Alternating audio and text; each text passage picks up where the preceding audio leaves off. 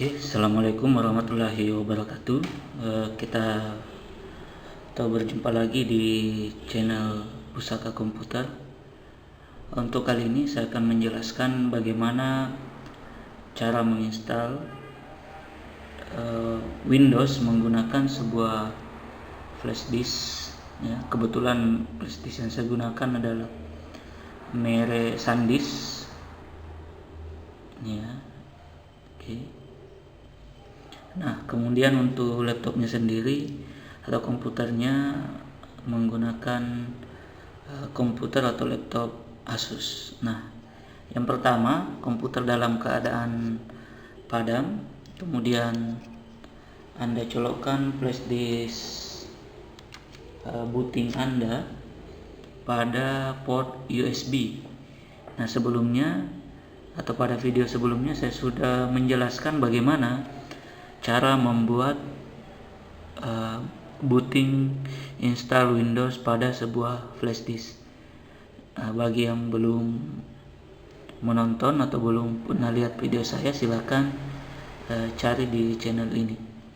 Oke, setelah dicolokkan, kemudian nyalakan komputernya atau laptopnya, kemudian tekan Del dan F2 secara bergantian berulang-ulang. Nah, pada tampilan ini, pada tampilan booting, ya, yang perlu Anda perhatikan cukup pada area bootnya. Nah, area bootingnya di sini di launch PXE Operom itu disable. Kemudian di sini sebenarnya sudah terbaca di urutan pertama itu harus SanDisk, tapi yang terbaca di sini adalah UEFI ya, atau UV. Nah, harusnya karena saya buat bootingnya menggunakan MBR, maka di sini harusnya dia MBR bukan GPT. Nah, cara merubahnya, karena di sini ketika saya enter itu tidak ada yang tipe MBR. Nah, untuk keluar dari sini tekan escape saja. Ya. Oke. Nah, kemudian pindah di bagian hard disk drive BBS priority. Jadi sekali lagi, apabila tidak ditemukan pada area ini flash disk kita yang tipe MBR atau UEFI semisal, maka Anda cari di hard disk drive BBS priority. Nah, kalau sudah Anda enter, nah di sini kemudian di boot optionnya, option satunya, Anda harus naikkan SanDisk atau merek flash disk yang kita gunakan. Enter, pilih SanDisk, kemudian escape. Nah, di sini sudah ada dua pilihan, mau GPT atau MBR. Sekarang saya akan menggunakan yang MBR, maka saya enter di sini, kemudian saya pilih SanDisk yang biasa, ini dia. Jadi urutannya seperti itu, ya. Saya coba perbesar, sudah tidak bisa, sudah maksimal. Nah, intinya di situ Anda lihat ya. Oke, kalau sudah, saya pilih exit, kemudian save change and exit. Nah, nanti pada saat komputer restart muncul press any key to boot from USB, maka tekan sembarang tombol saja. Saya enter seperti ini. Nah, saya tunggu tampilannya, itu dia, tekan sembarang tombol. Nah, di sini ada dua pilihan, mau yang 32 bit atau 64 bit. Kita pilih yang 64 bit saja, yang di bagian bawah X64, enter. Sini mungkin ada beberapa waktu yang bisa digunakan ya, atau loadingnya.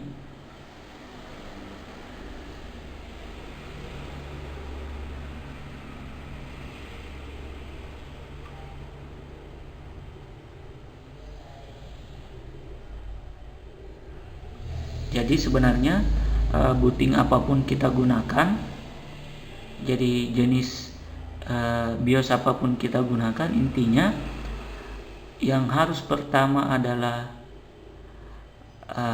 booting Windows kita. Kalau kebetulan Anda menggunakan flashdisk, maka dia harus flashdisk yang pertama. Biasanya ditandai dengan first, atau biasa tulisannya 1 kemudian S dan T ya. Ya, jadi first. Yang kedua atau yang ketiga itu bebas. Intinya yang Anda gunakan adalah yang first. Jadi flashdisknya, karena kebetulan Anda menggunakan flashdisk, maka flashdisknya harus berada pada urutan pertama. Ini sudah terbaca flashdisk saya pilih English language. Kemudian di sini tidak usah Anda rubah apapun di sini. Sebenarnya di sini Anda bisa rubah jadi Indonesia, tapi nanti juga bisa dirubah di tampilan Windows-nya. Saya next saja. Saya install now.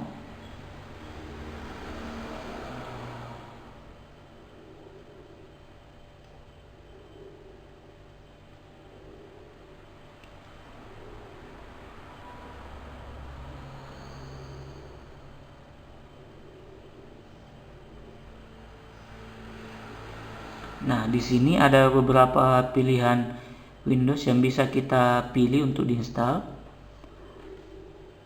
Ini tergantung dari booting Anda ya. Kadang di booting Windows-nya cukup Ultimate saja atau profesional saja, tapi di sini banyak pilihan. Saya pilih yang Ultimate x64 atau 64 bit. Kalau Anda mau pakai Ultimate 32 bit, maka gunakan x86.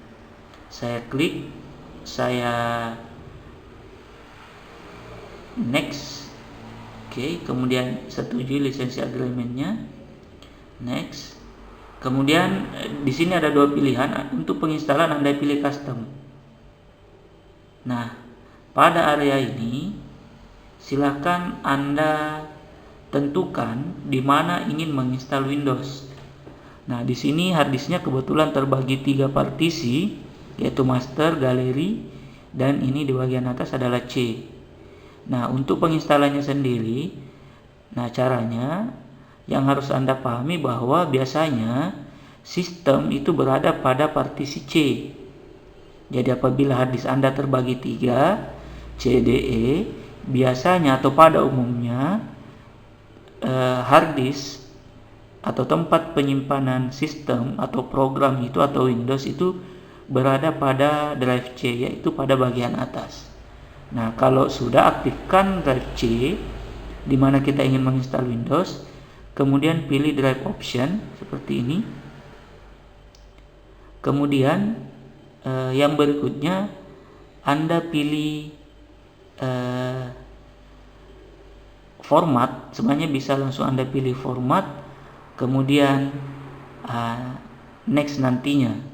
Ya, jadi Anda klik format, Anda klik drive C, kemudian Anda format, kemudian Anda next. Nah, atau bisa menghapus dulu, jadi partisi tempat Windows-nya kemarin kita hapus dulu, kemudian kita buat partisi C baru ya. Jadi cukup Anda klik format atau klik ini boleh. Nah, untuk sekarang saya pilih yang delete ya, seperti ini. Kemudian saya pilih OK. Kemudian saya pilih new. Kemudian saya apply. OK.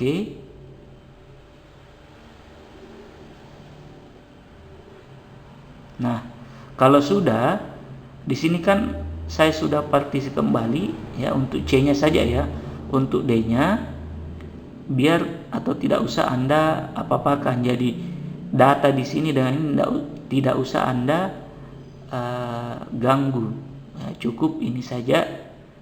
Nah, sekarang aktifkan C yang ini ya, yang bukan yang 100 MB ini tapi yang di bawahnya. Kemudian Anda next. Nah, itulah langkah awal untuk penginstalan. Ini sisa kita menunggu sampai prosesnya selesai. Biasanya memakan waktu sekitar 10 sampai 20 menit ya. Jadi kita harus menunggu sampai completing installnya selesai. Nah, seperti itu. Nah, ini sudah selesai. Jadi tadi setelah komplit, jadi finishing installnya selesai, komputer akan restart. Apabila komputer restart, akan menampilkan press any key to boot from USB kembali.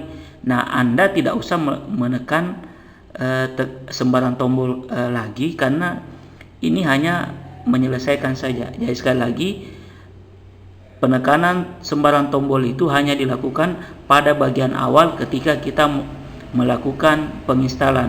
Jadi apabila komputernya restart, akan muncul kembali press any key to boot from USB-nya. Anda tidak usah melakukan Anda tidak usah menekan tombol lagi, ya. Nah, kalau sudah muncul ini tab username. Di sini nama pengguna komputer yang kita ingin gunakan. Bisa nama Anda. Nama Anda di sini dalam artian bahwa komputer ini adalah komputer Anda, atau yang default saja biasa orang gunakan user. Kemudian pilih next. Kemudian next. Kemudian di sini ada automatically active Windows when I'm online. Anda bisa checklist, kemudian next, atau bisa dihilangkan checklistnya. Untuk sekarang saya hilangkan checklistnya, saya next. Kemudian pada pesan ini use recommended setting dan seterusnya. Ini help protect, ya, saya pilih assimilator dulu. Nah, kemudian pada bagian time zone-nya, tentukan time zone-nya Anda di mana berada. Misalnya Anda di Jakarta, maka cari Jakarta, atau di Indonesia Anda pilih Indonesia. Ini, ya, ibu kota kita kan Jakarta, ya. Klik. Kemudian tanggal dan jamnya Anda bisa atur. Kalau sudah teratur otomatis, langsung next saja seperti ini. Nah, maka prosesnya sudah selesai. Nah, sisa Anda menunggu sampai proses ini selesai. Sekali lagi, ini bisa memakan waktu sekitar 10 menitan lah paling lama. Ini tergantung dari spesifikasi atau spek komputer Anda, ya. Tentu saja kecepatan gigahertznya di sini berpengaruh dengan RAM-nya, ya. Ini sisa ditunggu sampai selesai.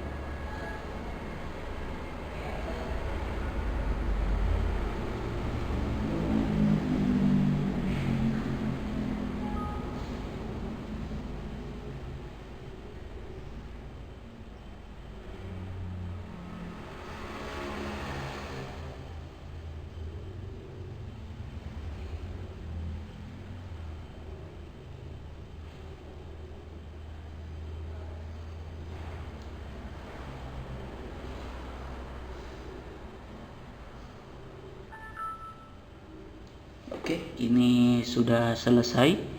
Saya close saja ini, ya. Mungkin ada drivernya enggak cocok, tapi nanti kalau masalah driver itu nanti Anda bisa cari di internet, atau bisa menggunakan driver pack, ya. Nah, ini saya bilang, ya, ada tombol press any key to boot from. Nah, ini enggak usah Anda tekan sembarang tombol, langsung saja.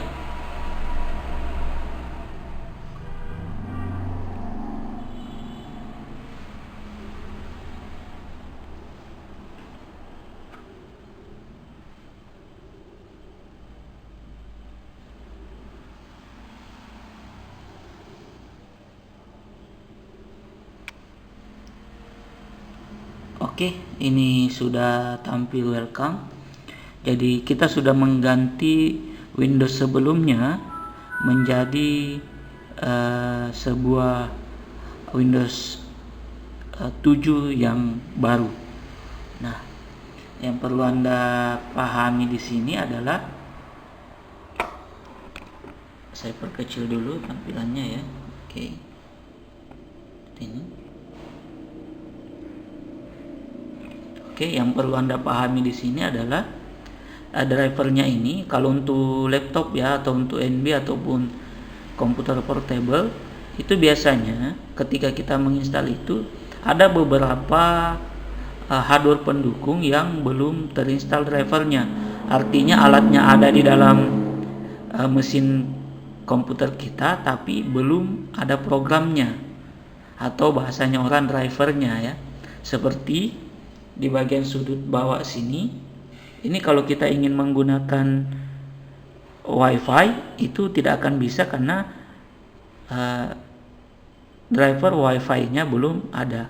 Kemudian VGA ya, ini VGA itu tentang atau berpengaruh ke masalah resolusi atau masalah gambar ya, VGA.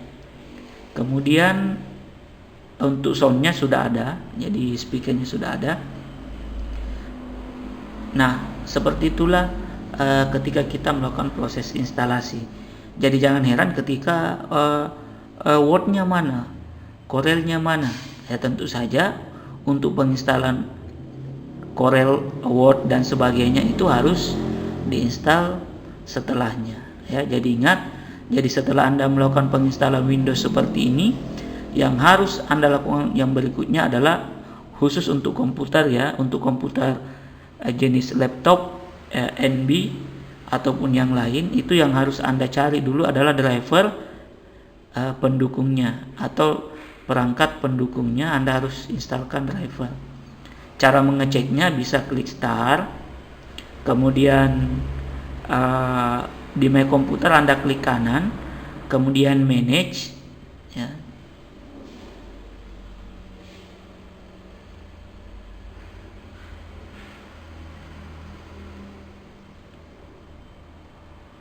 Nah, kemudian device manager.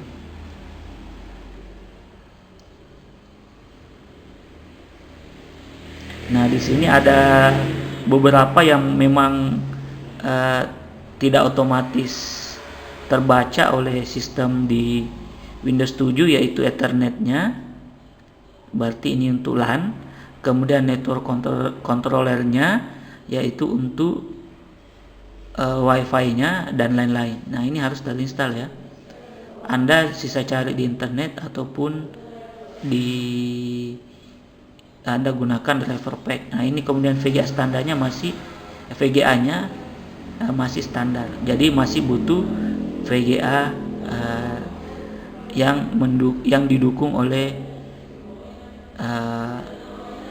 Windows 7. Nah, seperti itu. Saya rasa cukup. Intinya ketika Anda sudah sampai di fasilitas ini, berarti Anda sudah berhasil. Oke, terima kasih. Assalamualaikum warahmatullahi wabarakatuh.